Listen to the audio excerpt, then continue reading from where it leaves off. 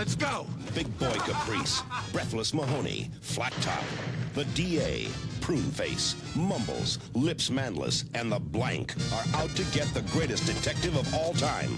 I'm rubbing him out. I want him dead. Nobody touches Tracy but me. Tracy. Tracy? You mind if I call you Dick? I was beginning to wonder what a girl had to do to get arrested. Wearing that dress is a step in the right direction. For a tough guy, you do a lot of pansy things. Extra! Tracy battles move! Everywhere I turn, it's Tracy! You're under arrest. Aren't you gonna frisk me? Hey, copper, maybe you want to look before you leap. When it's time to fight crime, he's your man.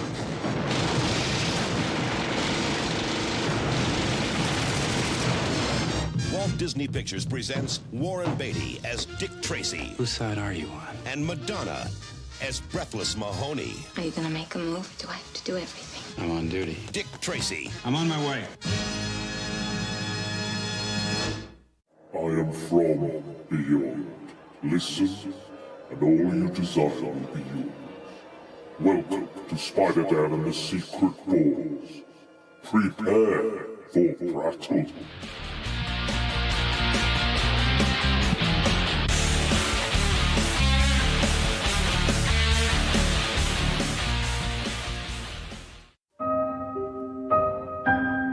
Alter-Nativity Stories.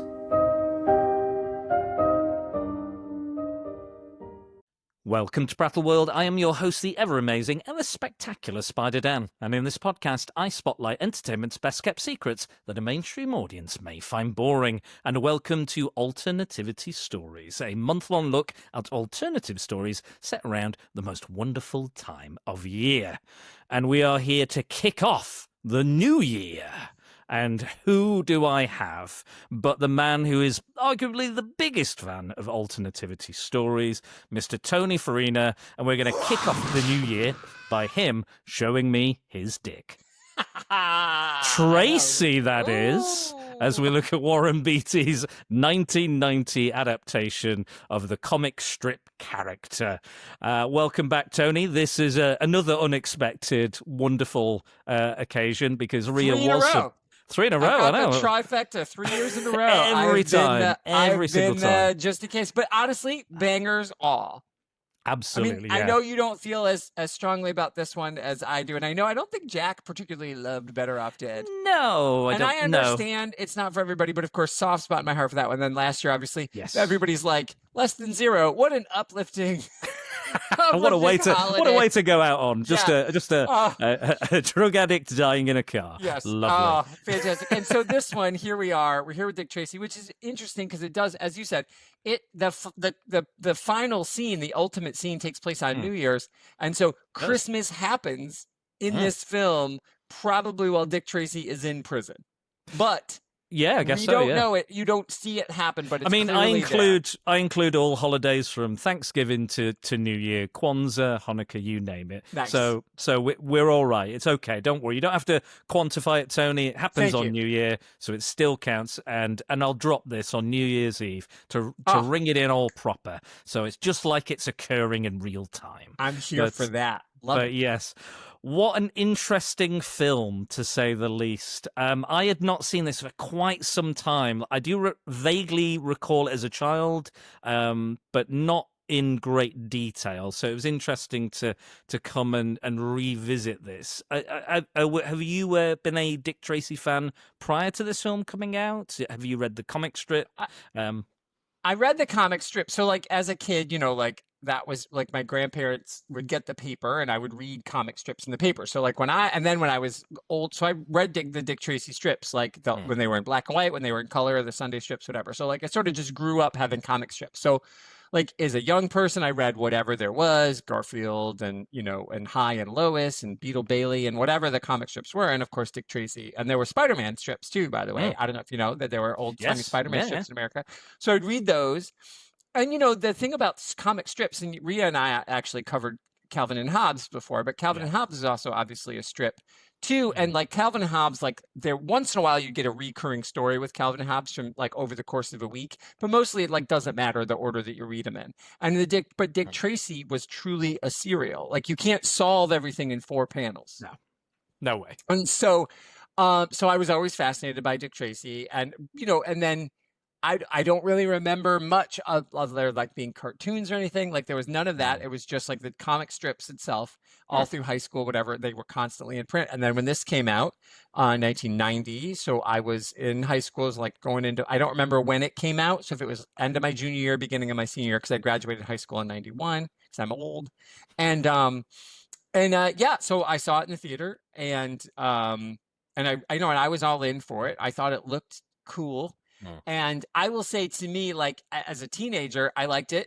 And it always sort of struck me, and I never really thought much about it. It was like, I liked it. It was good. I thought it was visually great. I thought I personally feel this is Pacino's best performance.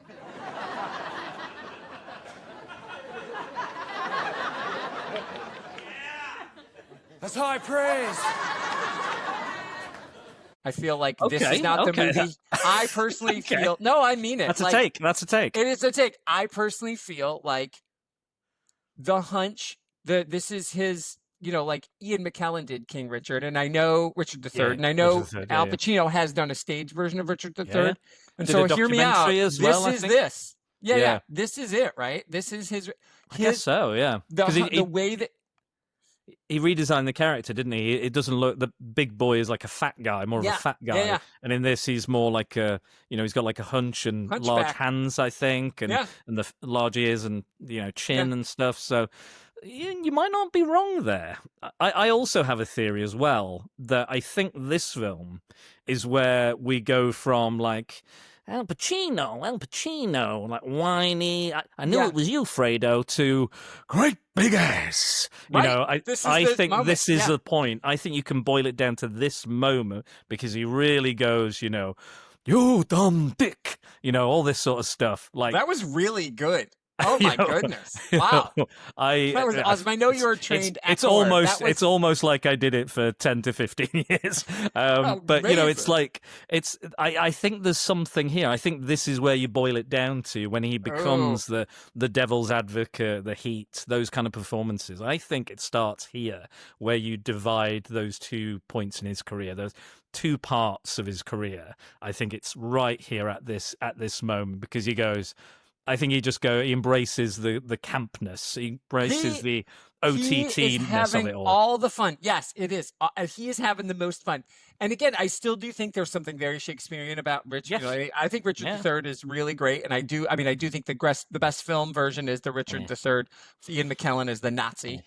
Yeah. I don't know if you've ever seen Speaking of my acting career, did I ever tell you the audition I absolutely bombed? For Richard III? Not for Richard III, no. Oh. So, well, technically, yes. Technically for Richard III. So my friends from university, they were doing a play because they'd found the body in a car park of Richard III. Okay. So in the UK, it was a historical find. They dug up a car park, and supposedly it was his body that they found. Wow! So you can look at it is what gave it away. Yeah, maybe I'm not sure. Okay. So I go into this audition. I watch the Ian McKellen film, and I go in, and I'm like, and they were like, "Oh, what do you know about Richard III?" And I went, "Well, obviously Shakespeare. I've seen the film," and they were like, "Right." Forget all that because it's not true. It's a fictionalized version of his life. It was actually really nice and da da da da da da. And I went in and I was like, and I did, and it was kind of based off that. I was kind of like, I don't know where I am now in the performance, how I should play it. And I was like, and I was like, I don't think it was very good. And I was like, I think I've really bombed this. And a friend who looks similar to me, so much so we played twins at one point. He got the role. I'm glad he got it, and he was very good in the part.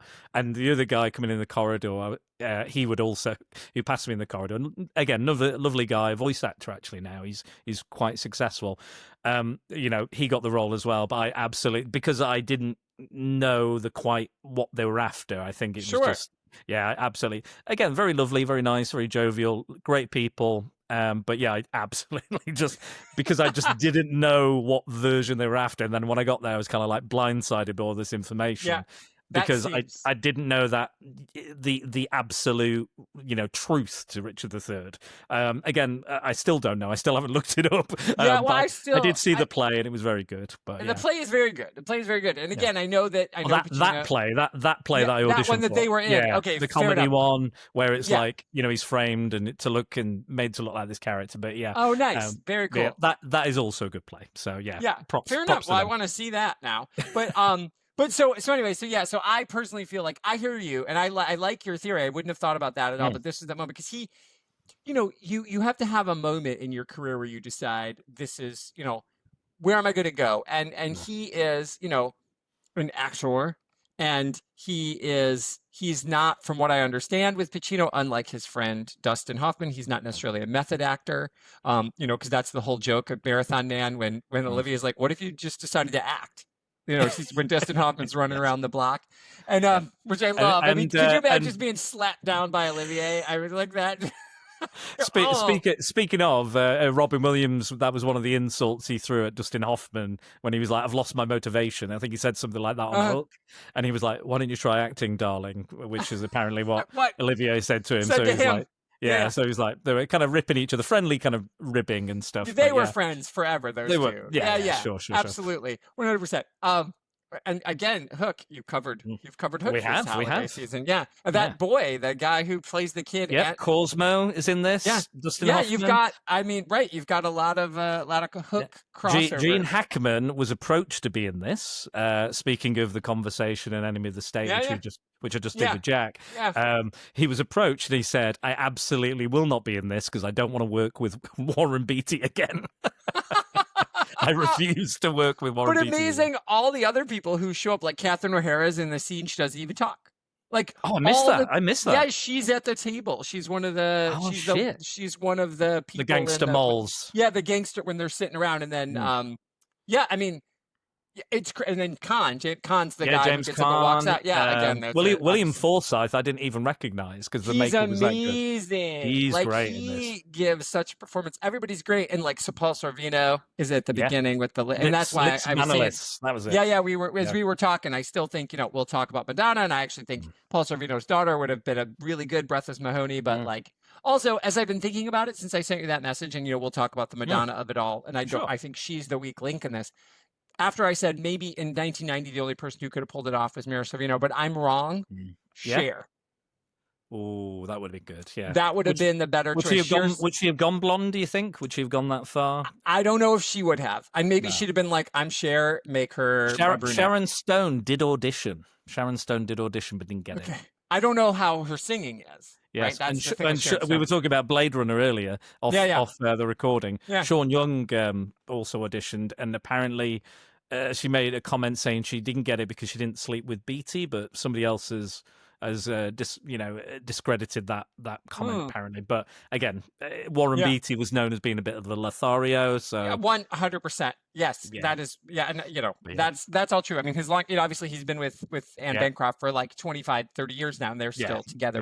But yes, he definitely was that for a very long time. And but it's funny to me. But anyway, so that's just, I think Cher would be that. So anyway, all of this, your question was, what did I think of this? I liked it. So it's whatever, 17, 16. I see it. I liked it. I remembered liking it a lot and not loving it, liking it. And then years later, I watched it again and was like, man, I think I really like that. And every time I watch it again, and this time includes, this may be like the 5th or 6th time I've watched it, I like it more every time. And it could be, and I'm going to throw this out here. Here are your thoughts. Watch your face as I say it. It could be like, as I age, I realize how lovely Glenn Hadley is as Tess Trueheart. Like, I don't think I've ever seen her quite as lovely in anything she's done. She's never had a chance to like shine. In her version of Tess is very Lois Lane. But she's not a reporter. She owns a greenhouse. She has her own business. She's her own business owner. But botanist, gardener. But she's very self-confident and very well put together in this. And she's like, it's not a like lot of character.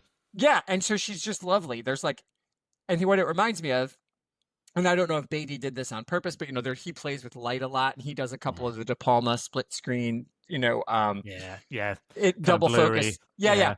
But the way he lights Glenn in this is very much like the way that Donna Reed is lit in It's a Wonderful Life.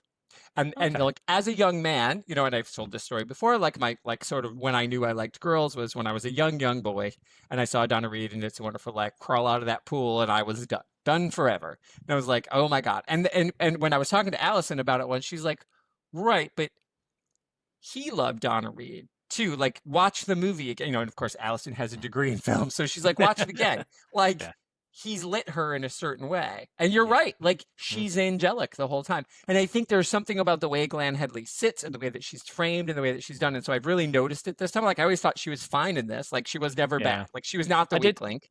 Yeah, I did worry at the start when she's like, "Oh, let's get married. I was a bit like, "Oh God, here we go," and it's just going to be that, like, "Oh, please, your job and all this," and again, there's the very classic, you know, the love versus the duty kind of thing, but it was the moments with the kid that I thought her real character came out, like her frustration with Dick and you know, she's like, you know, kid steals from her and he's like, do you want to keep that arm? Do you want to keep it? I love it. Yeah. And I was like, oh, she's all right actually now. Yeah. I like, and then when she throws the ball, because he won't stop messing around, she turns around, throws the ball at the garbage can, like a spinning right in.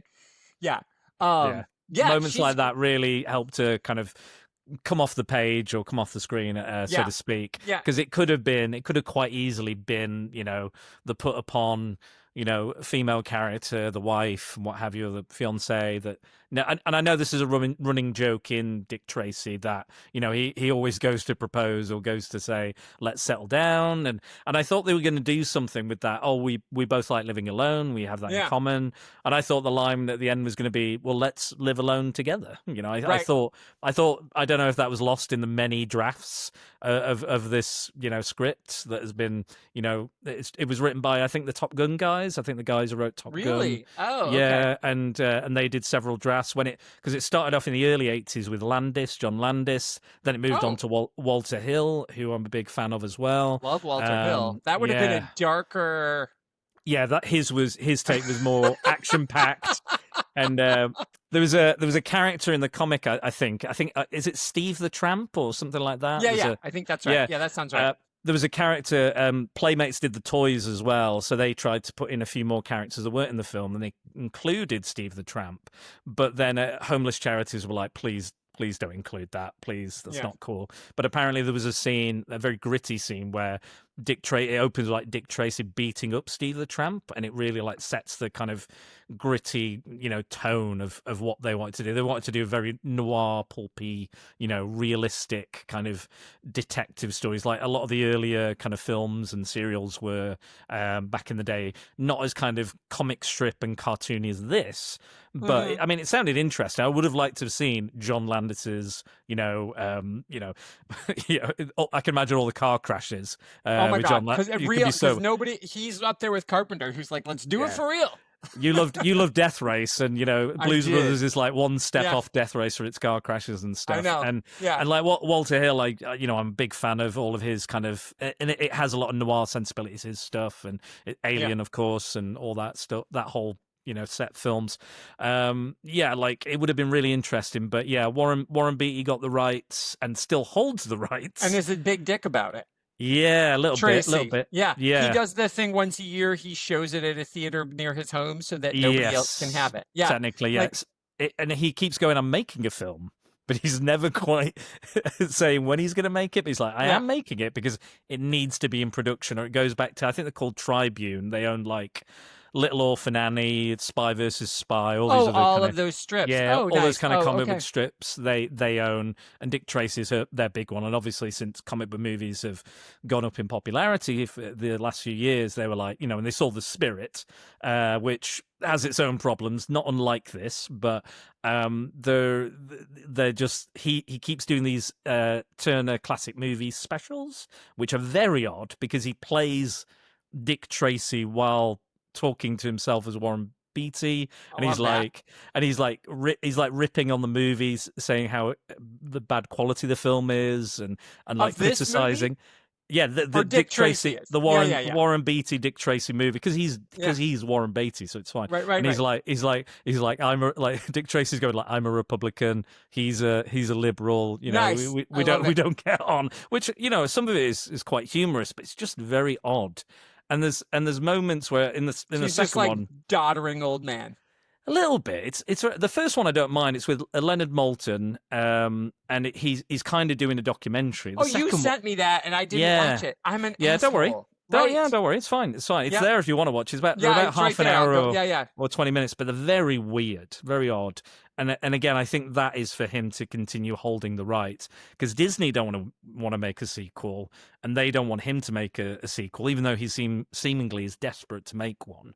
They don't. Nobody seems to. I mean, like, this made a lot of money. Like, I think it was like 160 million on a 40 million budget. I know, which is great.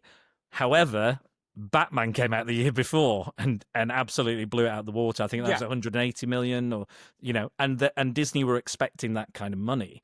And if you look, they are planning their marketing strategy around Batmania, they called it. You know, there was, you know, toys, video games, McDonald's competitions. There's more than one way to win cash in McDonald's Dick Tracy Crime Stopper game. Give it up, prune face. Collect the mobsters from your game cards and watch for their ugly mugshots each week at McDonald's. Make a match and you can make $1 million. Aha! There's the old pucker puss. We solved that case without a wrinkle. We? Dick Tracy. The movie is only in theaters. I'm rubbing him out. Game is only at McDonald's. There is a tie-in album that went double platinum called I'm Breathless by Madonna, of course. Nice. I don't think it was because of these songs, though I do like them. It did have Vogue on it, which, again, is popular. And I actually quite like Madonna's music. I think it's pretty good. I do too. No, I think I think she's a much better singer and performer. Like, her persona as Madonna. I mean, Madonna's her real name, by the way. That's not a stage name. Just like Prince, she and Madonna, like, those are their real names. Yeah. Like, Prince's birth name is Prince, but speaking of Batman. So that's also probably why they thought they had to have Madonna, because you had Prince over there. And it's like, first of all, that's like bringing a knife to a gunfight. I love Madonna, but she's not Prince. Let's calm down.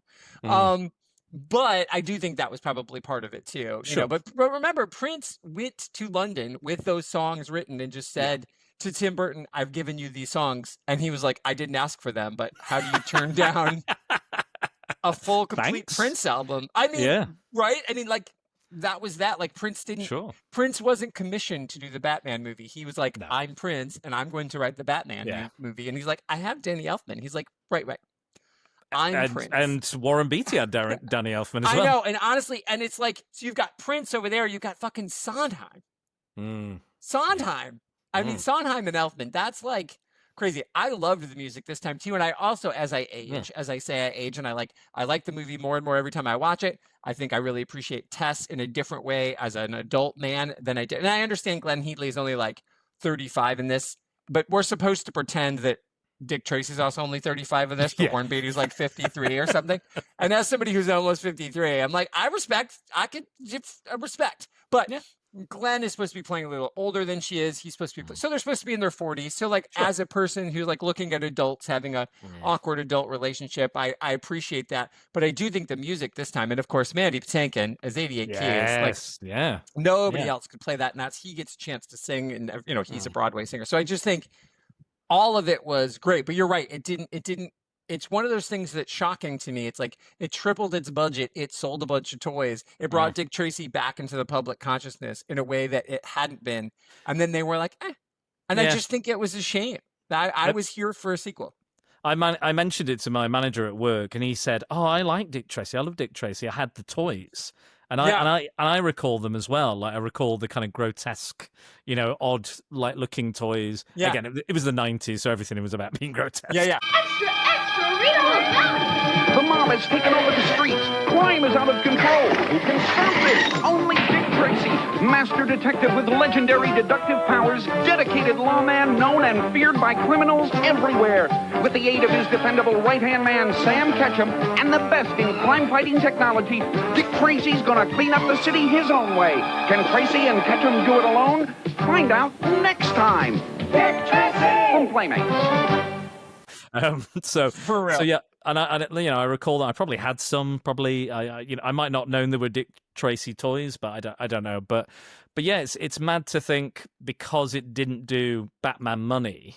But again, Batman's it's a different kettle of fish. Like look, we're still making Batman films. You had the legs. Yeah, Batman had everything leading up to Batman, right? Like now, when I was a young man in middle school and high school wearing Batman and Robin shirts, people used to make fun of me because it wasn't cool yet. It wasn't 1989 yet. But still, Batman '66, still one of my top 3 favorite Batman movies. That original Batman with the bomb and everything. Shark repellent. Yeah. Shark repellent. It knows what it is. And if you ever want to do Secret Defenders, I'm here for Batman and Robin. Sure. Because I I'd be personally believe that, and you and I love Schumacher. We're both here for Joel. Absolutely. But like, I still think that Batman and Robin is actually a sequel to Batman '66 and not a sequel to Batman Forever. I think you might have a point there. I mean, that is what it tonally, is. at the very least. Yeah, absolutely. And I'm here for it all the way. And so, I mean, anyway, regardless of that, but you're right. So Batman had Batman, and it had the TV. They were our Super Friends. They were comic books. And Batman was just Batman. Everybody knew who Batman was. Whereas Dick Tracy, you're like, I don't know. So for him to like really pull a character out of the obscurity and have it be a huge hit, and he's Warren Beatty. You know what I mean? He's not in his own mind, he's Warren Beatty. But like in 1990, you're like, you know what I mean? You're like, yes, you did Bonnie and Clyde, and you're really talented, but your sister is infinitely a better actor than you. And maybe you should just be. I think he's a really good director. His problem is he refuses to just direct. Like, remember when Eastwood got to the point where he's like, I don't need to be in the movies anymore. I can just direct them. And some of Eastwood's best films as a director, he's not in. True. Now, Unforgiven, of course. But good one.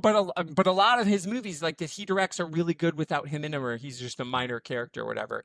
Whereas like Warren Beatty, because he's Warren Beatty, and because it's like he's in this weird fight with his sister about who gets to be whatever more famous. Yeah, he's almost kind of like the Bono of movies in a way. Oh, please. I want to hear more of this. He's kind of like, I like U2. I like the music of U2. Again, not a very popular opinion. But which is false, by the way. U2 can sell out anywhere. They're very popular. So they're very. I mean, my opinion might not be popular, but I also like Nickelback. Again, unpopular opinion. Maroon 5, unpopular opinion. But that's me. I'm just random as I am. But like when Bob Geldof did Live Aid, he wanted to save the world. He wanted to, do all the charity stuff. He wanted to, but he knew you can't really do that and be a mega, sellout rock star as well. Correct. I think Bono wanted to be all things to all people. Like he wrote a Spider-Man musical. He's still doing it, but he still wants to do all the other stuff, all the charity stuff as well. Gotcha.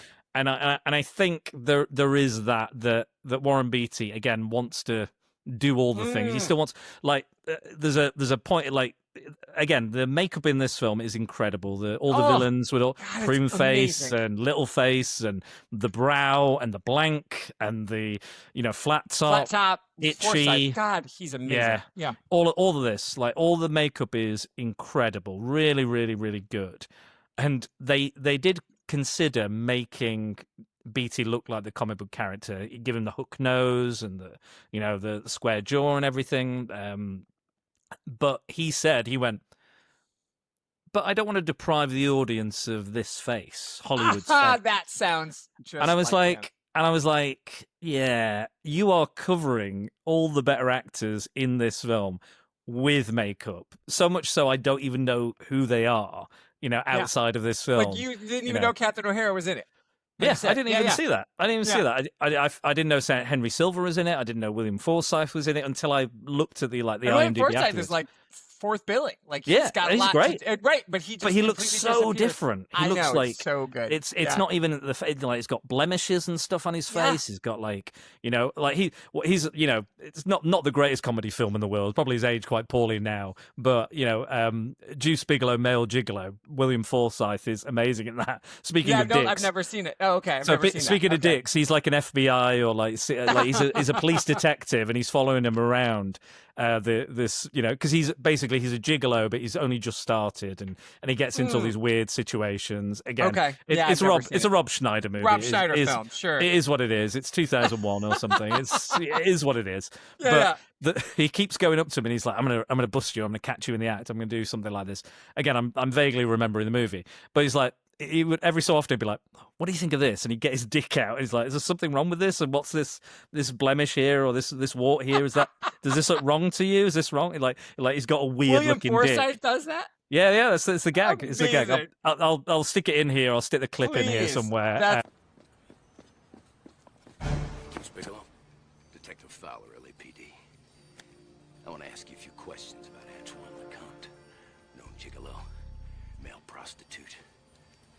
I'm just taking care of his fish. I bet you are. You make me sick. You're gonna stand there and tell me that gigantic woman didn't just pay you to have sex with her? No. Well, let me tell you something, mister. I could sleep at night because I make a decent, God-fearing, honest living. I'm sure you do, but there's nothing I can tell you. Well, I think there is. What do you think of this? You think I can get anything for it? You know, money? I don't know. Yeah, you think I'm a loser, don't you? No, I don't. Well, maybe I am a loser, but I'm a loser who can bust your ass. You tell Antoine, I'm gonna nail him.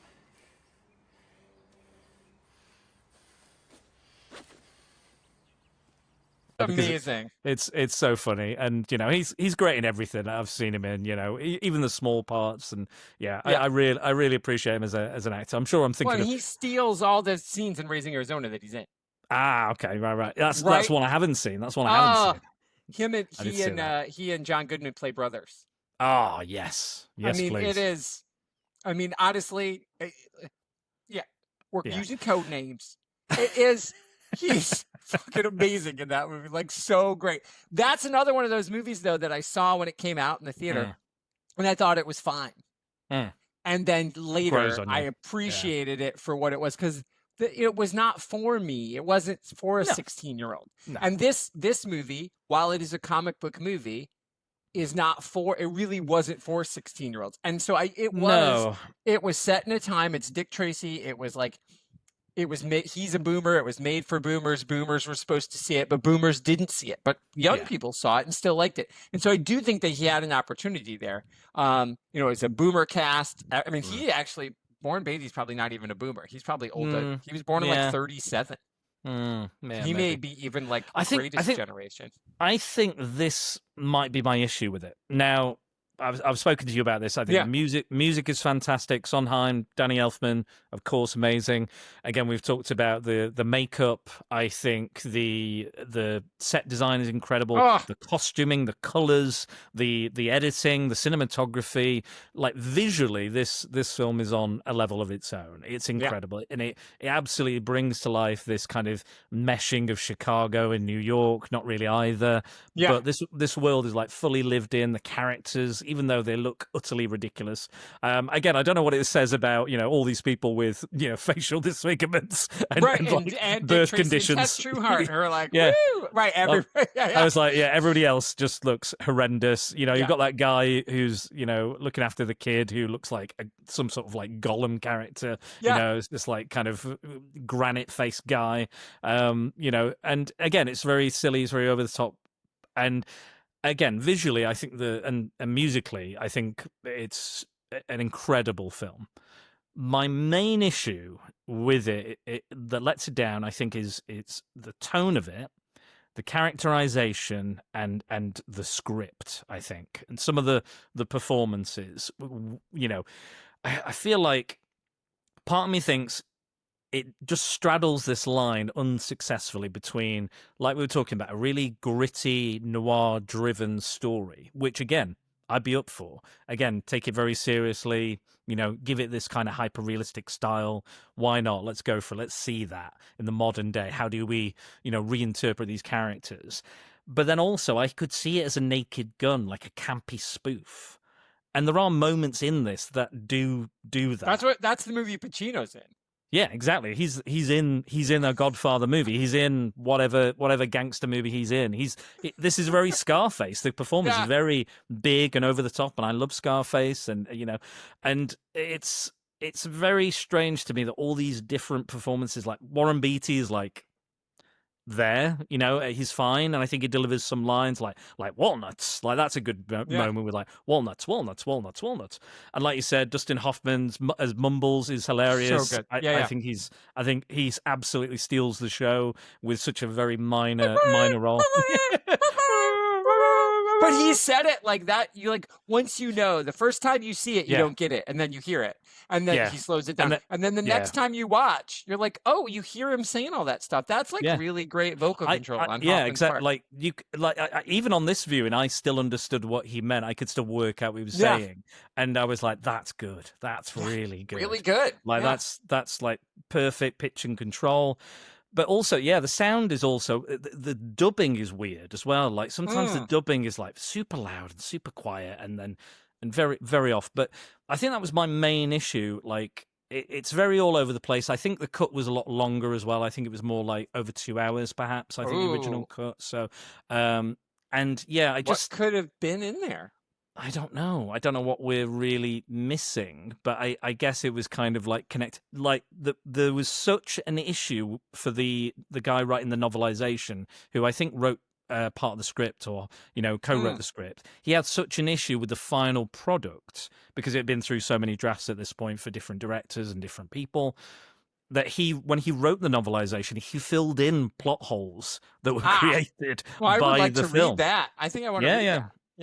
Go check it out. There's also some comic book prequels, and there are some novelization sequels as well to the film that you can check out if you want. I have not read them yet, as of yet. So if you're interested or want a bit more dick in your life, then you know where to go. But for me, it also straddles the line between, is it a kids movie or is it a movie for adults? Which again, you see Madonna's nipples in it, so I'm and they did call this, like, they gave the nickname for this is Dick Racy, because people thought it was a bit too much for younger audiences, and I can see why in some of those moments with the femme fatale of Breathless Mahoney, which is a great name.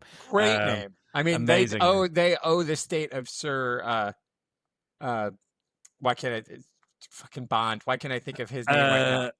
Sean Connery or no? Who wrote Bond? Oh, Ian Fleming. Ian Fleming. I almost said Ian McKellen again, and so I got stuck on that. Yeah, Sir Fleming. I feel like they owe the like that's like right up there, because he also wrote Pussy Galore, that kind of thing. Well, he wrote Chitty Chitty Bang Bang, right? So like he also Truly Scrumptious was him. So I think like with Breathless Mahoney, they were like, we should send the Fleming estate some money for Breathless Mahoney, because that name is like I mean, to me it is more akin to, I mean, obviously to Pussy Galore, but it's more akin to Truly Scrumptious, which it is not a kids movie, and that is, you're totally right. That is the problem. It is PG-13. Right? Yeah, I think so. Yeah, should be. And it was like sort of in the 90s. It's like right at that edge of when PG-13. Remember, the original Airplane was PG with full frontal female nudity for reasons, and jokes about child molestation and cocaine. PG. But this, I'm just saying out loud, Airplane. Yeah, it's not for kids. No. Parental guidance was suggested. Yeah, of course, yeah. It was suggested, and it was so much so that like it is a Disney film, but they were gonna release it as a Disney film, and then they were like, let's make it a Touchstone picture. Actually, I'm holding up it is listed as PG. There we go. Fair enough. Well, that is not. I'm shocked at that. I just, because we were talking, I was like, nope, it is. Well, then that is definitely part of the problem, because it is not. It should not be. No. No, I would, and I've just watched Watership Down and The Plague Dogs, and they were listed as PG. I would never list them as PG. Watership Down, man, that is or whatever. Even now, like I'm like they've given it a PG, but I probably would push it to like a PG-13 or a 12A. You could like recategorize it. But I think they might. I think they still might. Maybe given in a few years, I think they might do it again because it's such a brutal film. As me and Matt went into. I haven't listened yet, but it's a big one. It's a big one. I'm excited. I'm excited because I know lots of trauma dumping and lots. I bet. lots of brutal things going on. Maybe just listen to the audio version so you don't have to see all the horrible images. Oh, okay. Well, I mean, sometimes that's fun too. I mean, I was careful about what I put on, but then towards the end of the podcast, after 3 hours of editing, I was like, fuck it, we'll show this rabbit being eviscerated. Show it all. It's fine. Don't worry about it. Pretty rough. Yeah, but I hear what you're saying. So no, that's totally a valid criticism. Is that it doesn't know who its audience is, and maybe that's it. Is like again, knowing I didn't know that about Walter Hill, so there's still some Walter Hill in here, and that is which there clearly is, and he's I'm a Walter Hill fan too. I'm with you. I really like his work. He did some Western a couple of years ago with Rachel Brosnahan, and it was just like a slow, talky Walter Hill film. Nobody ends up happy. Walter Hill, you're welcome. I know. Realism in a Western. What was the one I used to like? I used to like the Mickey Rourke film, Johnny Handsome. Do you ever see that? No. Is that Walter Hill too? Yeah, that's Lance Henriksen and Mickey Rourke. He's a guy who has a severe like facial deformity, funnily enough, and he has surgery. He's betrayed. Like he's traveling through time. Is that what you're saying? Basically, he could have. Johnny Handsome could have been in Dick Tracy. To be fair, that character could have been in. But he's betrayed by his partner Lance Henriksen. He thinks he's a bit stupid and betrays him. And then they take him in and they give him this experimental plastic surgery. And underneath it all, he looks like Mickey Rourke, handsome Mickey Rourke from back in the day, late 80s, early 90s Mickey Rourke. Pre Dick Tracy. Yeah, pre-boxing career again. So he still looked a bit more James Dean-like. But yeah, it didn't last very long, the James Dean looks, unfortunately. But yeah, it's just one I remembered. 48 Hours is great. Southern Comfort's a great one. I bought that for Andy. I'm a big Walter Hill fan. But yeah, anyway, going back to Dick Tracy. Yeah, so I do think, I hear what you're saying, though, that there is this dark element in there. And you're right. And maybe that's why I think you really nailed it. Like, because to me, when I saw it as a high schooler, I wasn't as young as you when I saw it. I was like, I liked it fine. And then I watched it again a couple of times in my 20s and 30s, and I liked it fine. And I'm at a different point in my life. Like, I am essentially, like, I am the age that Warren Beatty was when he made this film. Yes. It came out a year later, right? So he was 52 when he made it. And again, I'm not saying at 52, I'm like, boy, I hope I can get a 35-year-old girlfriend. You know what I mean? Like, Jesus Christ, Warren, good Lord. But I mean, 35, it's still, it's older than Leo DiCaprio would. No, it's true. Would date. It's true. So and again, I'll give him that. But what I'm saying is, like, I'm very happy with my wife who is my age. Do you know what I mean? Like, I'm okay with that. And I feel like if you were to remake it, like you could, if you did have a 53, if you had Paul Rudd play Dick Tracy, then you could have somebody his age. Sure. You could have somebody in their 40s and 50s playing Tess Trueheart instead of. And again, Glenn Hadley has a look about her that's definitely older than like Susan Sarandon. And to be fair, we're talking like early 90s, and to cast a 35-year-old, with a big budget studio film, they might not have always wanted to go for that. Like oh wow, a 35-year-old woman back then would have been considered old. No, you're right. She had one foot in the grave, right? And actually, Lee and I talked about that a little bit. That's like, you're right. I mean, they did have Tess be an adult woman who has her own thing. Yeah. So they did not hire a 19-year-old to play her. That's all. You make an excellent point. But like, there's definitely people like Glenn Hadley, Susan Sarandon, Gina Davis, who sort of always looked older than they are, and they've sort of so like it's sort of like through their whole careers, you're like, wow, you still look amazing. You're like, because I looked 35 when I was 18, and now that I'm 50, I still look 35. So I have this whole career of looking, Judy Greer, one of my all-time favorites, Judy Greer, right? She's just sort of always looked 35 her whole career. Whenever 13 going on 30, Judy Greer's 35, and now that she's in her 50s, Judy Greer still 35. Dame Maggie Smith in Hook, it's the same thing. I thought she was 90 years old when she made that film, and then I see her like 10, 15 years later, like, how is she still alive? Correct. And remember, Wilford Brimley was only like a year older than Kurt Russell in the thing. True. So and, there's also... And he has diabetes as well. He loves to talk, and he'll tell you all about it. I've got diabetes. But amazing.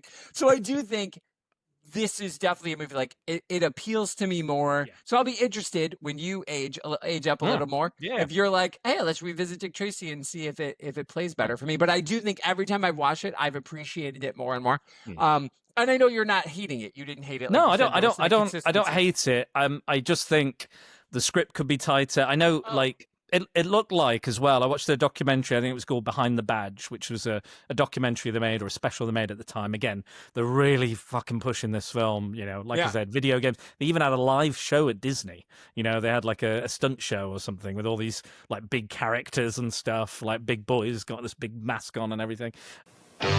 This summer, Disneyland turns the spotlight onto America's ultimate crime stopper, Dick Tracy, with a live stage spectacular that brings the magic of the movie to the Magic Kingdom. Meet Blacktop, Mumbles, Big Boy, and Breathless Mahoney as an all-new caper comes to life. It's your chance to even get into the act. If you love the movie, you'll love Dick Tracy live this summer at Disneyland. So they're really going for it. And it looks like they're having a good time. Everyone's laughing, having a good time. And I think Warren Beatty was kind of like, I will direct, but I'm not, because he was like looking at Spielberg and other people, and they were all kind of not really sure. And he just went, you know what, I'll just do it. And I think he's just doing it. I don't think he's going out of his way to... I think the people he's hired are a lot of them are Oscar winners, like, cinematographers and, and he's makeup artists. Yeah. Makeup artists, like design, you said, like set design. They're all the top of their field.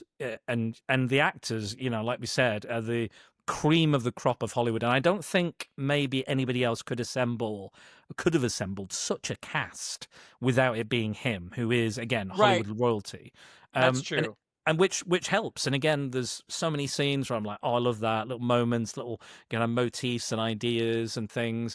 And there's a lot of it where I'm like, this is great. It looks gorgeous. Like I could, these matte paintings in the background, you could frame them. You could frame them. I love those. And no one would know. I love those. Listen, here's the thing.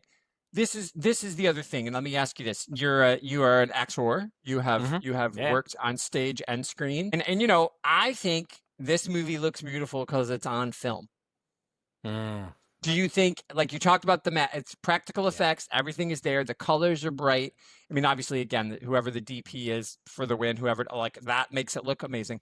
And you're right, and maybe it is one of those things where he's just like directing in name only, but like the DP is really running he's setting it up, but like the DP is the one who makes it all go. Yeah. But like, do you think if they were to get a 2025 sequel, it would work because it's not on film? Like, does this need to be on film to work? Because it just looks so good. It's like, I hate The Shining, but it looks so good. Like, I can watch it again because it's like, God, look at how awesome it looks. I mean, there's just, certain things that are like that. Yeah. I think that's a hard one to say. I mean, there's some very, like, gorgeous films, like, whatever you think of the Wicked films, they are very colourful. I haven't watched the second one yet. I saw the first one. Yeah, Me neither. Yeah. But I will eventually. Yeah, I will too. And they look amazing. They're colourful. They're there's a sense of old Hollywood about them. And I appreciate that. I appreciate the colour because there's so many films you watch. I love the MCU, but a lot of those films are like a bit grey. A grey German airport again. Great, fantastic. Lovely colour, lovely use of colour. Like, I will say this is one of the films that genuinely looks and feels like a comic book. And there is something about it. There's an artificiality to it that we know it's fake. We know, and there's something about it that it screams to us it is fake, but it's also hyper real at the same time. And I love some of the details as well in that Behind the Badge special where they were like, Warren Beatty doesn't want any brand names, he doesn't want any recognizable logos. So they got all these gangster cars and they're making up their own hood ornaments and things like that, trying to make it this unique, one-of-a-kind world. The colors they use, all the yellows are the same shade of yellow, all the blues are the same shade of blue, all the reds, all the greens. You know, it's only like 6 colors, which are the colors you would use to ink a comic book, to color a comic book, which again, I really appreciate that level of detail and again, quite literally bringing a comic book to life. And I think this film does that impeccably. But again, what lets it down is all the other stuff that I'm really interested in, stuff that I really focus on a lot of the time in these podcasts, is those kind of finer details, those finer performances, those finer little acting moments. And again, some parts of it feel a bit rushed, some feel a bit slow, some embrace the campiness, some like... This was the thing about Dick Tracy as well, is like, it's not like, you know, oh, foiled again, rats, I'll see you next week, Batman. It was like, you know, he would deal with one villain and he would kill them or put them in jail, but most likely they would end up dead. So Flat Top died, Big Boy, Itchy, one at a time, the Brow, all the different villains. They were never in this kind of collection of characters. It wasn't a rogues gallery. Yeah, a rogues gallery, because he killed them all. It's like the Punisher, Dick Tracy. He was like, I don't have a rogues gallery. You know why? Because I fucking kill them all. You know, nobody wants a coterie of villains because I'm going to murder them all, like Peacemaker as well. But yeah, like I have to appreciate trying to find a way to bridge the comic book world and the movie world together. Like, I watched an interview with Guillermo del Toro for Kronos, and I love the way he described comic, because he's a big comic book fan. He describes comic books and movies as close cousins, but not directly related. So there are a lot of things you can do on film that are like comic books and vice versa, but they don't entirely work 100% of the time in either of those art forms, which I was like, yes, somebody gets it. And I think animation is almost, you know, the middle, the forgotten child in between, or the second cousin, if you will. I think there's you know, the visual nature of it and stuff, they kind of bridge those gaps. And I think that's what's happening here. He's trying to find a way to get those characters that are, you know, are bigger than, you know, screen and on the page, to bring them to life in a real way. And I think it was Charles Gould was the creator, wasn't it? Charles Gould, am I right? Yeah, right. In that documentary as well, his daughter gets to visit the set. Oh, how cool! Which I thought was really nice, really sweet. And he, like, Beatty clearly cares about Dick Tracy. He's a fan of Dick Tracy. There's little Easter eggs and things here and there. You know, he loves this character, and that's why he's kept hold of the rights for so long, because he's like, this is my character, my thing, and by God or by Jove, I'll, you know, it'll be my cold dead hand. He's you'll pull it from right now. So maybe it's time though, like, to like say, hey, Jake Gyllenhaal, is it time? You know what I mean? Like, you know, I'm just trying to think who's got but you know, of course he's too old now too, but like the swing and the miss obviously was Bruce Campbell. Oh yeah, perfect. The chin. Right. I mean, he just walks up, and you don't need to do the hook nose or the chin. It's Bruce Campbell. He just rolls in, and he has Dick Tracy, and he can do voices. He would nail it. He would nail it. He would so nail it. Like, so I don't know. There's just like I don't know who's the person now. You know, who they would, and so we'll have to just see. You know, and when he. I'm not trying to rush Warren Beatty shuffle him off this mortal coil. Do it quick before you die. Yeah. Well, I just wonder, like, you know, because he and Annette have a kid, and he's got other kids, and so I'm wondering who will own it. But I mean, I hope, I would like to see in my life another go at this. And I'm even okay if it's like in universe, like if it's like a true legacy sequel where it's like the events of this Dick Tracy are real. Yeah. The kid grows up. Recast, right? Yeah. The kid is Dick Tracy Jr., and who's to say these gangsters didn't have kids? Right. Yeah, you could do it that way. However you want to do it. Or if it's just like the next day and we've just recast, and then you could still have because Charlie still works occasionally. He doesn't do a lot of Yeah, work. he's a but he lawyer could, like, now, I think. Yeah. yeah, he could pop up and do a day, you know, and just Yeah. be like he could be the new he could do whatever. I mean, Dick Van Dyke's never going to die, so he could show up. Yeah, Dick Van Dyke does it like almost again. Speaking of unrecognizable actors, I didn't even recognize. You know, speaking of truly scrumptious, I barely recognized Dick Van Dyke in this the small as the screen mayor Tommy has. or whatever. Yeah. He's the commissioner. DA? He's running for DA? mayor. DA, right, DA? right. I Yeah, think he's it's the DA. DA. He's running for mayor, but he Yeah, also is in that's Big it. Boys That's it. pocket. Yeah. So you know, I hear what you're saying, and there's definitely. I would ask you. So let me ask you this: so if it was over 2 hours, woof. Sure. I don't know what that would look like. So this is 143. Yeah, So I think what's the 15 minutes you would cut to tighten it up? Where do you cut? I mean, think, do you cut the? I cut probably some of the big songs? some of the big boys stuff. So maybe one or two. Like the songs I like, but they are a bit samey. I think there's a lot. I think the I Want More song's good. I think that's my favorite. Especially during that edit. That is like the best edited thing. Do you cut the 88 Keys song? Yeah, I think. I mean, I love it. It's Mandy Patinkin's I wonder awesome. if maybe we got more of the blank. I think maybe that's what ended up in the cutting room floor. The character the blank, who looks like the Question from DC Comics. Yeah, right. Which I love, by the way. There was a great last year, 2 years ago. Ruka did a Lois Lane in the Question series. Nice.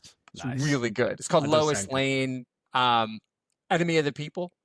Okay. And she hires Renee to be her bodyguard. It's really great. I love it. Anyway, right. More of the Question. And they use the same voice thing that they used in Jedi.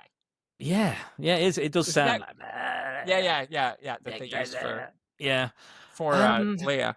Anyway, so you think I you don't would know cut the blank? You would cut the blank stuff? No, I don't think I mean, it's very obvious who it is. Let's be honest. Correct. Yeah. It's the second I saw it, I was like, right, well, that's who that is. You know, no spoilers just yet, but that's who that is. That's who that is going to be. I don't know. Maybe the framing you would cut. There's a lot of kind of dead air there. I think. I think you could maybe do something else with that.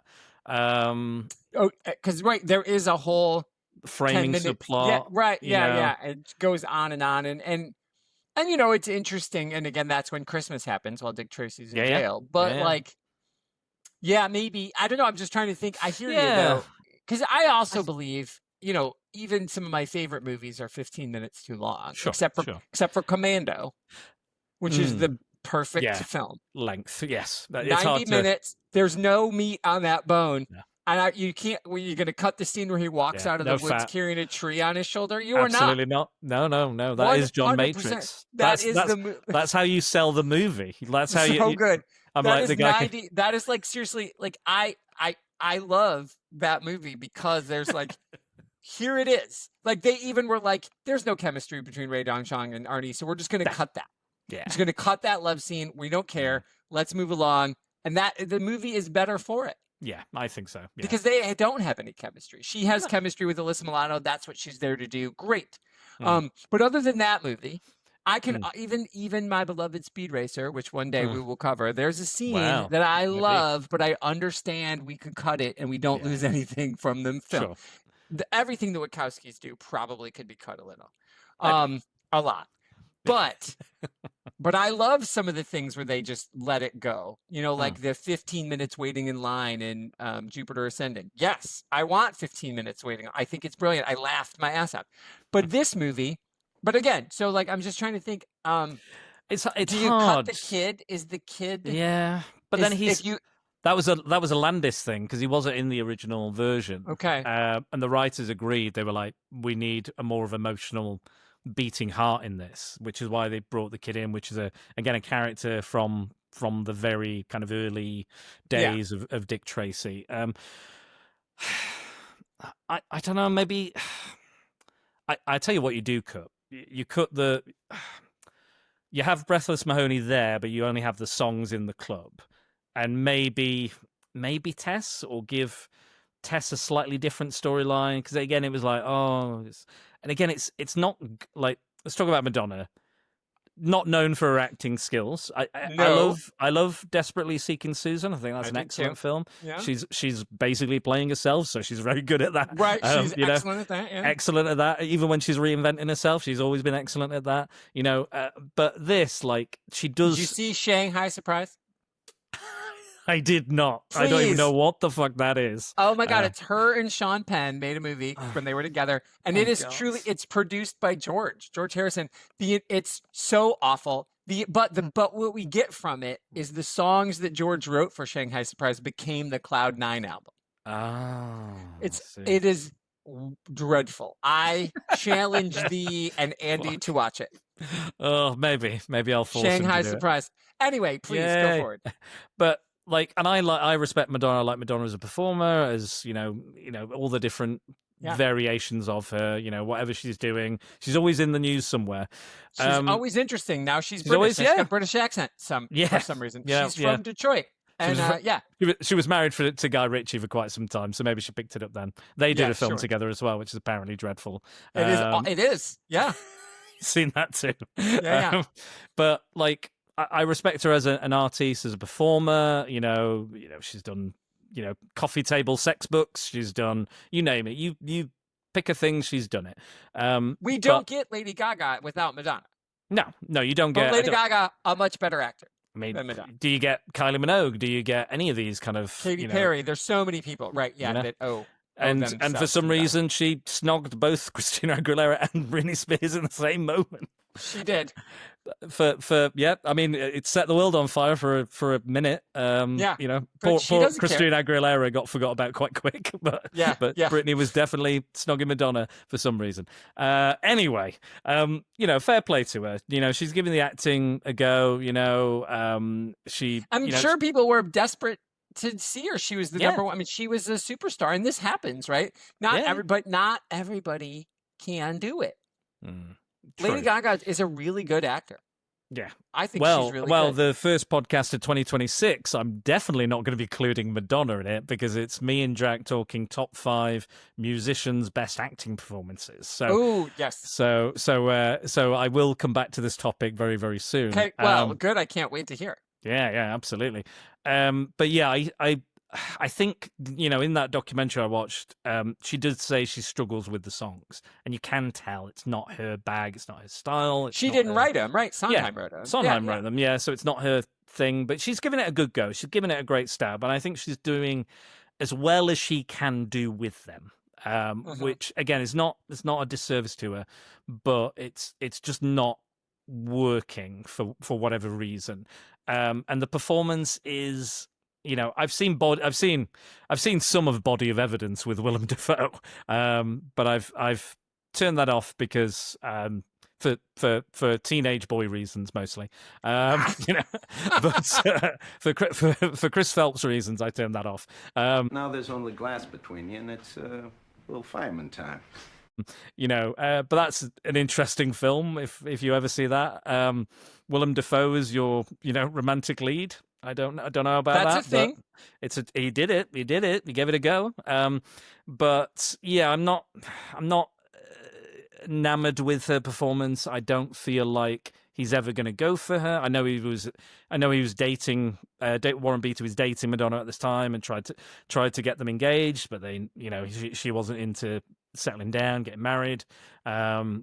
So they didn't continue their relationship eventually. And yeah, she sings songs, she's in scenes, she's kind of does her thing, and it's fine. It's fine. But I feel like, again, like you said, I don't know who you would have in that place. And I think promotionally, clearly it did very well for her album. It helped the album, most likely helped the album. What have you, but yeah, I think she is the weak link, as you mentioned. She is the weak link, and yeah, it just I think I would try and rework that, or maybe find a different way. Again, it's the pitting one woman against each other thing is kind of the trope I'm a bit sick to death of. Again, you know he's going to end up with Tess Trueheart because she's lovely and she's nice and her name caring. is Trueheart. Yeah, exactly. and again, I can appreciate him looking at Breathless Mahoney and appreciating Breathless Mahoney. Madonna in her prime, arguably, and yeah, but it's not on. It doesn't jump off the page for me. So I guess this kind of subplot would go, maybe cut that.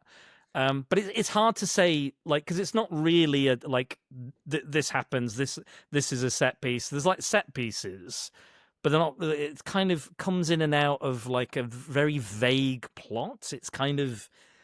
It's like, there's this and this characters turn up for 2 seconds and they disappear and they come back, disappear. There's not really, I wouldn't say it was like there's a third act, there's a second act and there's a first act. Correct. It doesn't have that. That's true. It's kind of almost like a strange, probably much like the strips, you only have the 4 panels or what have you. Yeah. So it's just kind of, hopefully it's a stream of somewhat you can follow, like the stream of consciousness, this story, this character, to a finale, which again, like, setting it during New Year's Eve is great. You've got all the fireworks going off. Yeah. Again, really, really stunning visually. And again, Pacino's kind of funny in his, he keeps quoting presidents and, famous figures. Famous randos. Yeah, I love that. I love that quirk in Big Boy. I think Big Boy, and again, I go back to, and I know you're saying it's a claim. Look, Pacino. I'm just gonna. He was nominated. He, as rightfully so. This performance, I like this performance better than Scent of a Woman. And I know you don't get Scent of a Woman without this. No, you don't get the hoo-ah.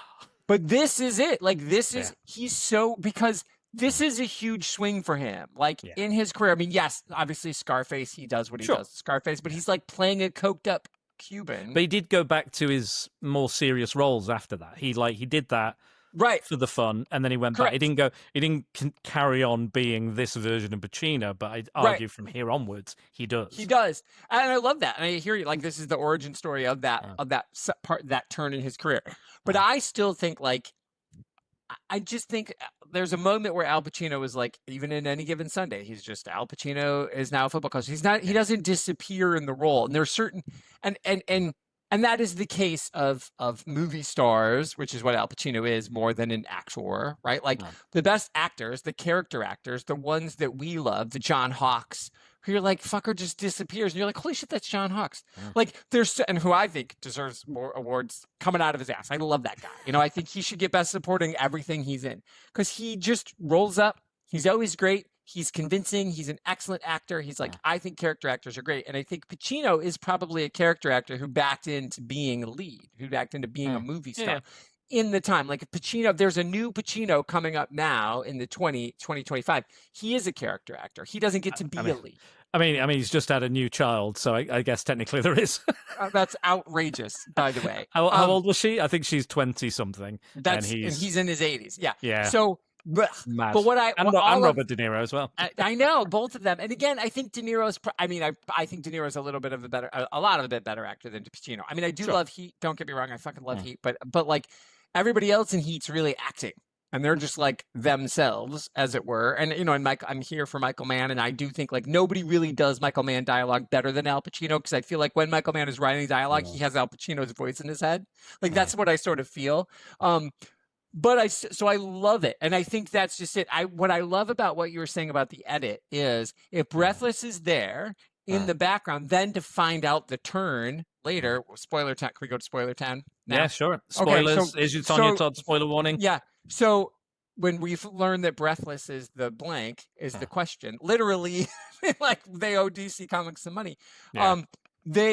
Like if she is just in the background and then you use the Mandy Patinkin 88 Keys stuff where he's like, I've got a person, that works so much better. And then she's just there, she's singing, you could still cut the stuff. Maybe you could still even give the line early on with her when she's with Paul Sorvino and she's like, well, you didn't use her, Zeppelin. Like True Heart's, conflict could be that she doesn't really want kids maybe, and she's now adopted the kid. She's now looking after the kid, and she wants Tracy to marry him, but doesn't know she necessarily wants kids, and that could be her storyline. And you could therefore see more of her, and then he keeps running away to get involved in the gangster antics, and she's like, no, you've got to be safe, and I'm gonna, because their dynamic, like I said in that one scene, their dynamic absolutely works for me.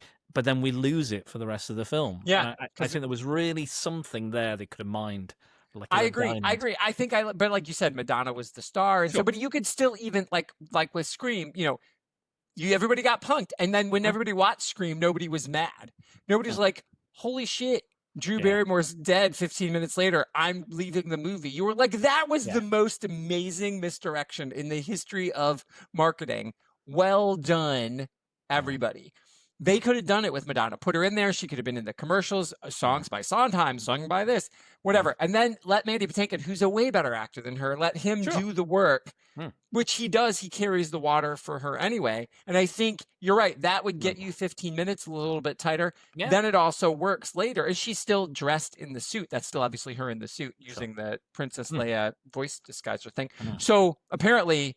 we didn't, between Jedi and Dick Tracy, we didn't get better voice disguiser technology. All that. But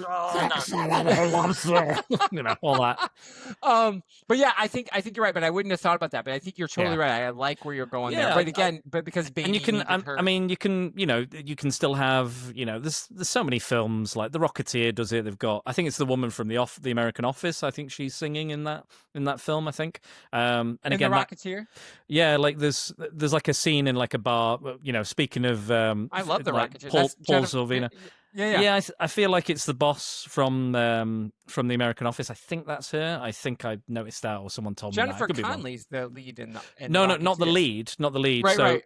When they're in a nightclub, there's a woman singing. I think that's the woman from The Office. I think the American Office. But yeah, like you could have had that kind of character who just keeps cropping up. You see them sing, and then you can have the big monologue and reveal at the end. And I always kind of like when they do a reveal and it's like, I don't know who the hell you are. I always like that joke where it's like, there's this big like dun dun dun, and it's like, but who are you? And they're like, I'll tell you who I am. And they could have done a whole thing about that. Like, I wanted to steal the spotlight away from everybody or something. That could be a big monologue where she dies or something. Like there's something there. But yeah, unfortunately, that's not what we get. But again, it's been through so many rewrites that it's, somewhat of a mess. And again, who knows what, there was a lot of, I think there was some improvisation, some stuff going on the cutting room floor and some not. I will say this though, I'll give the film credit again, even though again I'm not a massive fan of it. It has 3 Academy Awards to its name, which is the same amount as Black Panther. Wow! So it's the two biggest comic book movies with the same amount of Academy Awards. Out of all of the superhero films we've seen since Superman onwards, let's say, those 2 are the ones that have the most gold. One for the Sondheim song, one for makeup, which again, well deserved.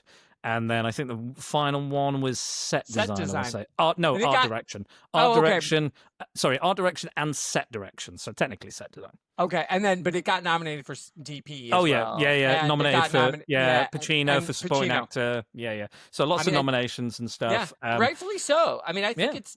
But then don't also forget. I'm just going to say out loud, just to watch your face. You know what? Also, you know what other superhero movie has 1 Academy Award? I know which one you're going to mention. Do you know what I'm going to say? Suicide Squad. Suicide Squad. Yeah, there you go. And that was makeup. Yeah, best makeup. Yeah. But honestly, I mean, the fact. Okay, not this. Sure. It wasn't I can't. Killer Croc looked good. He looked great. I like the look of it. Like the look again. It's the look. If we're going off purely the aesthetic and the look of it, it looks like a good film. I'll give it that. So, and that's the same here. Looks good. It looks good no matter. It looks great. Well, and I think that matters. That really helps, and it does. And I do think that the music, and as I said. As I age and get whatever, however you feel about things, but I do think the score. I mean, we've talked about it, and that's why when you do the Clone Wars, score is part of the ranking system because that absolutely matters. And I do think anytime you get a Danny Elfman score, you're going to win. But man, just play with my emotions. Danny Elfman and Sondheim. There's a lot of Batmanisms in this. Like there's a lot. Even when he slides down the ladder, it was it almost was the Batman score. It's like I'm going to give you a little bit of Batman, but not quite. Yeah. And it reminded me. It reminded me a bit when they, when they did Three Musketeers at Disney with Keith Sutherland. I love that movie. Yeah, I love it. One of my favorites. Yeah.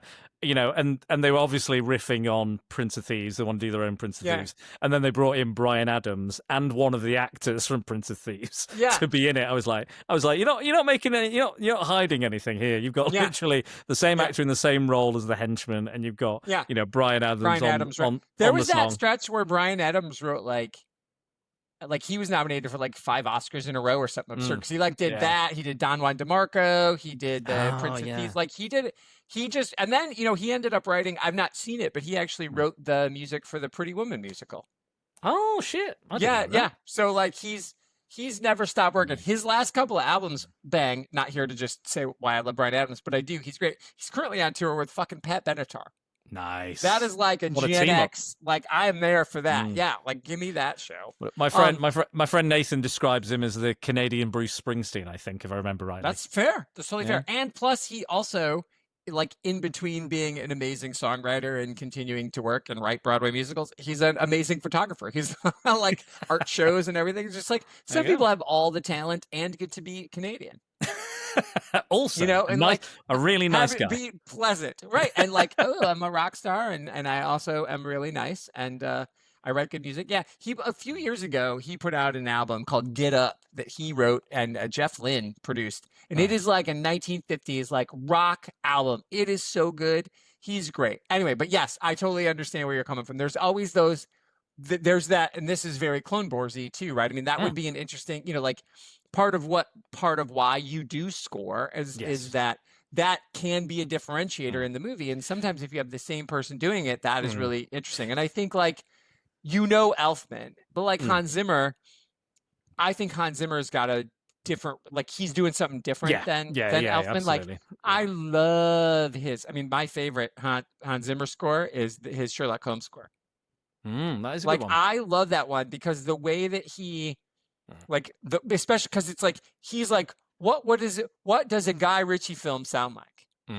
And those cuts and the moving of the camera, and it's all part of the score. I think he does a lot of ring, ding, ding, ding, diddle, ding, ding, ding, ding, ding, ding, ding, all that. It's very good. It's a very good score. I've me, I like to go on Instagram, and I like to use the music. So I think every time I've done a Sherlock Holmes one, I've used it from the film because I really like that.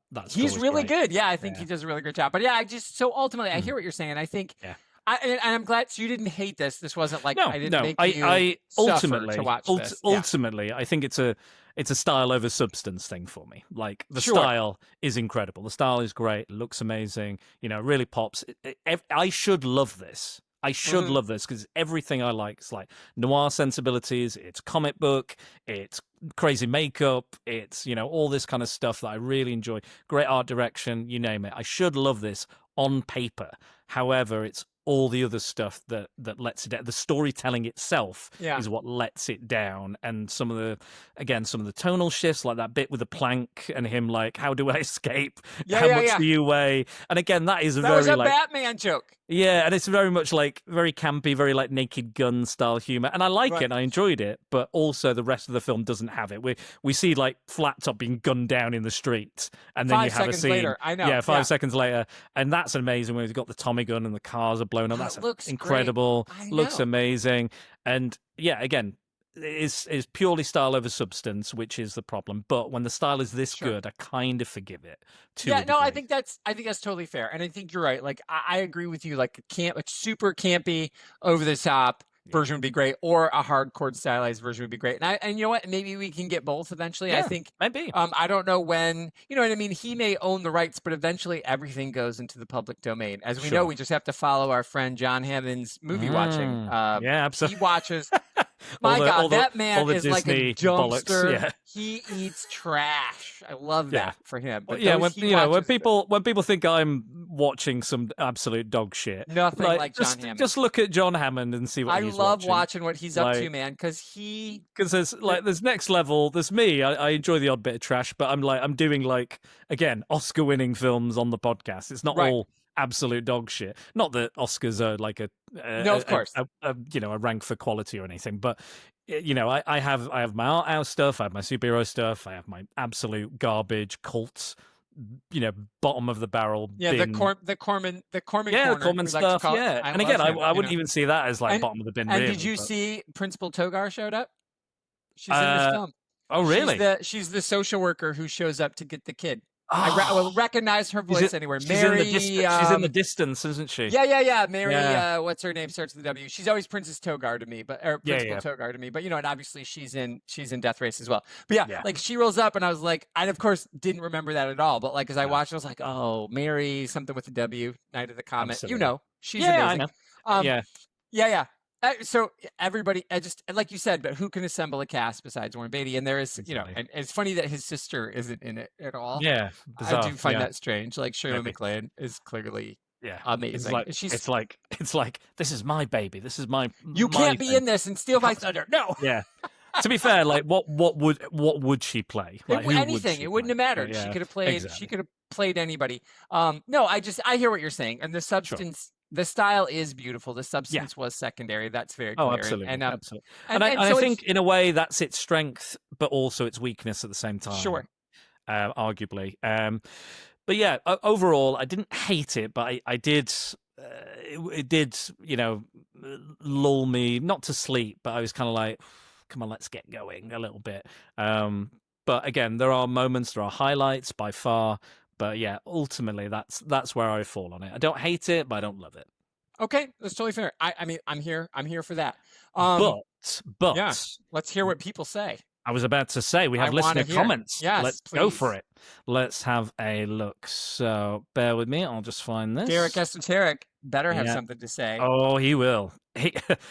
Derek came in right at the last minute, an hour before we recorded, to say something. So here we are, some listener comments. So Derek Esoteric says, Dick Tracy, I really liked Littleface and Mumbles. I would say more, but it's difficult communicating from the boo box. So me and Andy have put all the comments that people made about Hook into the boo box, which is in the film. And so even if it was a nice comment about Hook, they all went straight into the boo box. Yeah. So Derek did not like Hook. But he's wrong. I love Hook. I'm with everyone. I like Hook. You like Hook. Andy likes Hook. And if anyone's going to hate a film, it is Andy. I know, that's why. I mean, so to me, the fact that he loves Hook, it's a nice change of pace. Julia Roberts is the weak link in that film. Yeah, exactly. Yeah, and again, she's got stuff going on in her life, what have you, but it's understandable. But yeah, so yeah, Derek seems to enjoy it on some level, but yeah, he didn't give me too much. Dan Keatis, so he says, okie dokie, I first saw Dick Tracy in the cinema at the tender age of 8. I just assumed that it was set in the same world as Batman 89 because of the lavish, noir-esque production design. Even as a kid, I remember the plot being chaotic and disjointed. You're not wrong there. But I was enjoying the over-the-top performances from the famous actors, caked in makeup, too much to care. I feel if you wanted to do a 90s pulp noir triple bill, it would fit snugly between Batman and Batman Returns or ahead of The Shadow and The Phantom. So me and Dan covered The Shadow, and I prefer that film to this. And Batman Returns I covered with Tonya and Andy, of my favourites, and I prefer that to it, Batman 89. But yeah, I can't disagree with him. I think he's in the kind of same boat I am. I think he appreciates it for what it is, but it's not the best. And I know we're not here, but I like the Phantom a little more than the Shadow. Fair enough. That's fair. I haven't seen that for a while. I do really like Billy Zane. I think Billy Zane knows what movie he's in, and so does Catherine Zeta-Jones. Yeah, I need to watch that Brando one he did. I need to see that, the one that Tonya mentioned on one of our podcasts recently in the banned books. I'd love to see him. I bet he's great as Brando. He's great. I think he's really great. Anyway, yes. Moving on. So that was Dan Keatis. John Hammond, Speak of the Devil.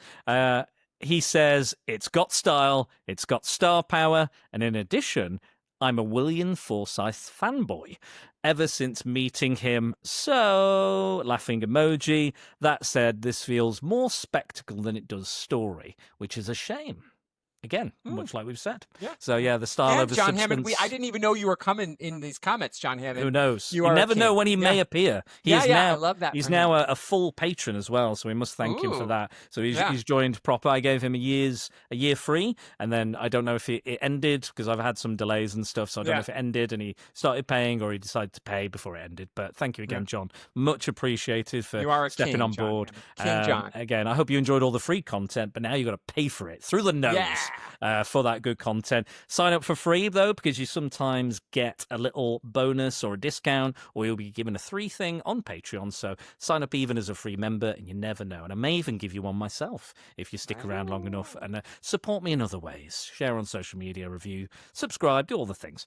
But yes, next up, who do we have? We have Super Dummy Paul. He said, "You shouldn't dick Tracy in arts and crafts lessons."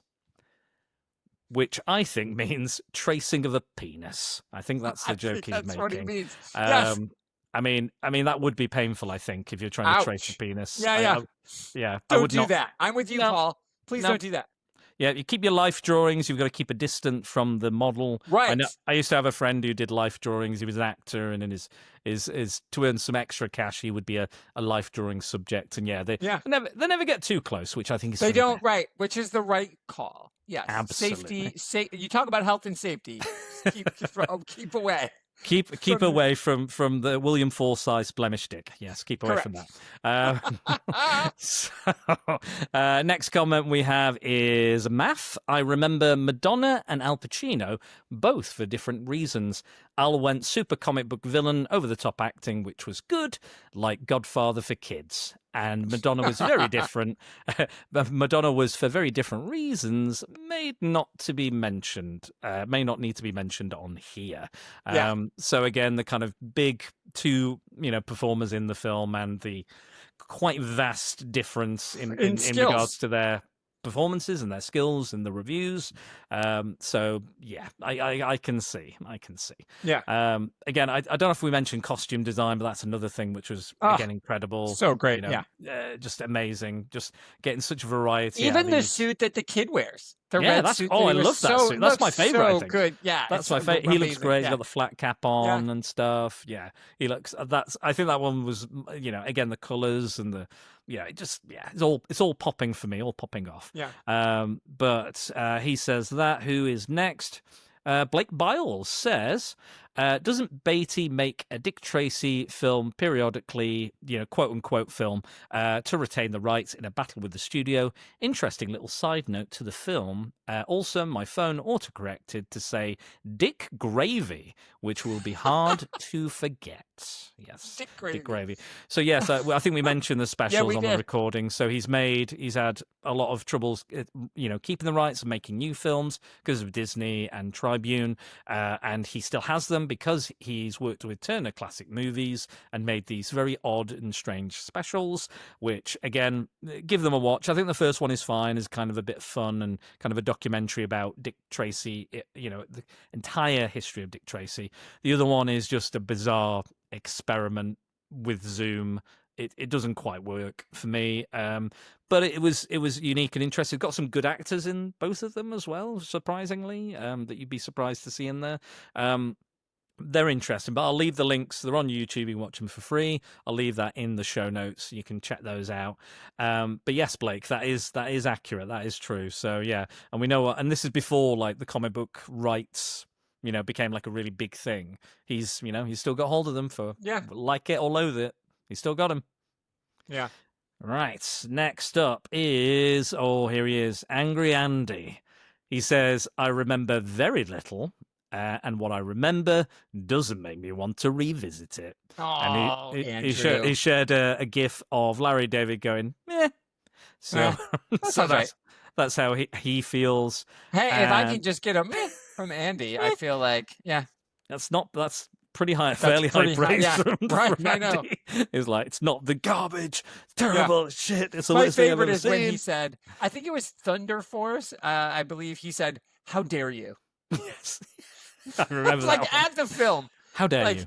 How dare you? How dare you turn? How dare you make Octavia Spencer do this? Dare and I was like, I love that. Yeah. Yeah. That was one of my favorites as well. Again, never saw the film, but I don't think I need to. Is worth it. Yeah. Oh my God. Yeah. So our friend Scott Weatherly, the 20th Century Geek, he says a stylish but overall misguided adaptation wants to replicate Batman 89, but does not thread the needle with the sillier elements. So yeah, again, very similar thought pattern to all of us in the comments as well.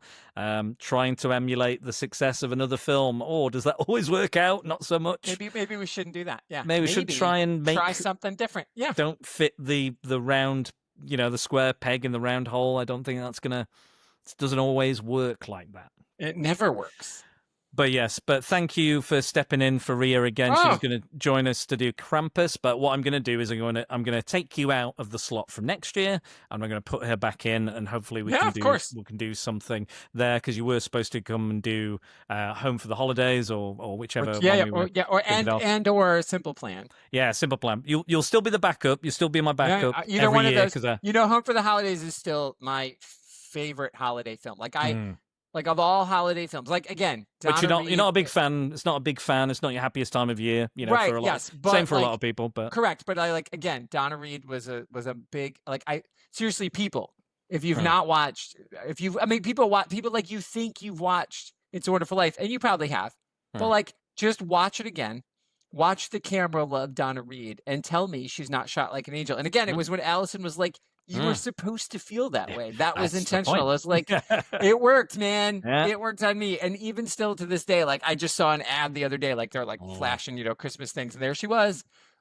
I'm like, an angel. Amazing. She's the angel on top of the tree in that. And then, of course, but yes, Home for the Holidays is the most perfect encapsulation of it. Jodie Foster, this is the thing. An actor who chose to direct, did not play the Holly Hunter role. No. She could have. Let Holly Hunter do it. Holly Hunter's great in it.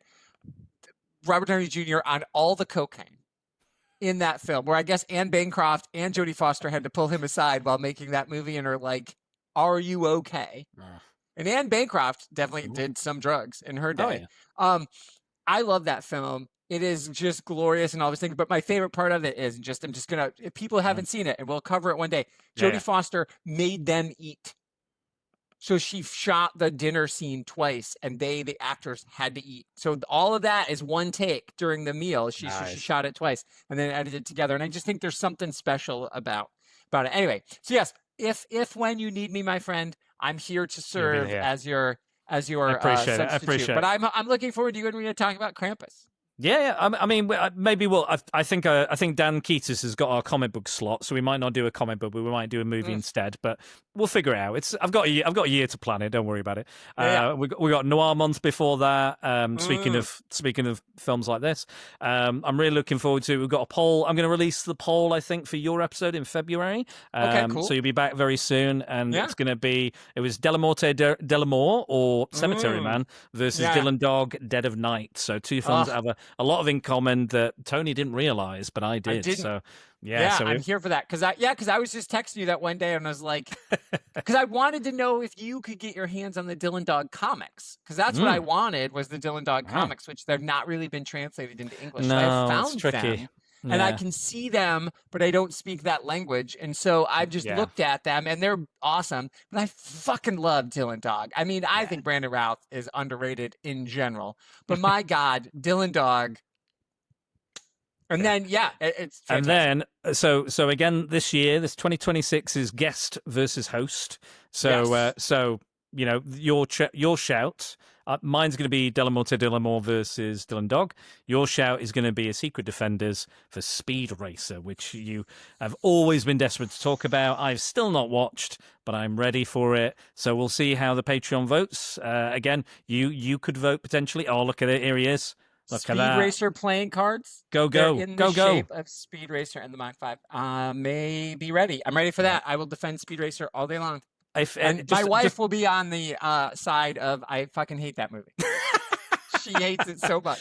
Well, you can bring her listener comments in, can't you? You can give us her take. I will say I think it's Shout Factory or Shout Studio on YouTube. They sometimes do a live channel, and one of the live channels is Speed Racer, and the episodes of Speed Racer played kind of back to back on repeat. So if you've got that, if you want to subscribe to that YouTube channel and you're on YouTube, then you can watch all those classic, extremely odd and violent Japanese cartoons, which are amazing. But yes, Tony, where can people find you? Where can people buy your books? Oh, well, thank you for that. The best place to go is just my website, arfarina.com. That is where you can find links to all the books, everything, all my novels, which are right there. Yeah, look at them. And then over there, I mean, Scott's books right there. I'm in the Judging Dread. I have a short story in there. I had a comic book come out last year. I'm just showing my shelf. There it is. There's that. Moon Knight. Comics Lit. And then Comics Lit. So you can find everything there. And then did you know right now when this comes out, if you can go, you can pre-order 52 Love short story collection, edited and compiled by our very good friend and my twin sister, Tanya Todd. And I have a short story in there called Play It Again Junior. So in her new collection, I have a story in there. So you can pre-order that. It comes out on Valentine's Day. Amazing. Good timing. So I will leave all the links in the show notes. And thank you again, everybody. This has been a hell of a year for me. It's a lot of ups and downs, as Tony knows. One of the ups was meeting Tony in person in Florida. Real life? That was real delightful. life. Yeah. It was great. We spent a good few hours together. It was one of the highlights of the holiday. But yeah, it's been a bit of an up and down, medicinally, psychologically, financially, you name it. It's been up and down. The podcasters come and gone, but I really appreciate people like Dave and Max and Tonya, Rhea, Jack, everybody that's got stuck in and involved. Mike, when we did Forbidden Worlds especially, he was great. So yeah, I appreciate and everybody there at that festival. It's been great. So it's the content hasn't been as as consistent as I would have liked, I think. But again, it's things it's happen. All quality. It's all good stuff. And now we're doing proper videos each and every time. I'm doing videos, so check it out on YouTube as well. Listen to it as well. Do it twice, because there's some gags and things you might miss if you're not watching the video version. But I thank you, Tony. It's been a heck of a year, heck of an Alter-Nativity Stories. Thank you to Andy, Jack, and Dan Burgess for joining me this year. It's been a very varied set of stuff we've looked at, but a lot of connections as well, weirdly. So there you go. Yeah. It kind of seems to have just come together, which again, one of my favorite seasons of the show. And yeah, so I wish you all hope you enjoy. New Year. Yeah, Happy New Year, Auld Lang Syne. May old acquaintance be forgot, but I'm not forgetting this old acquaintance. Tony Farina always saves my bacon this time of year whenever I need him, and I appreciate you. You are the man and the gift that keeps on giving. You are my one and only anti-clause, if you will, for the Alter-Nativity Stories. Love you, buddy, and I hope we both have a great year.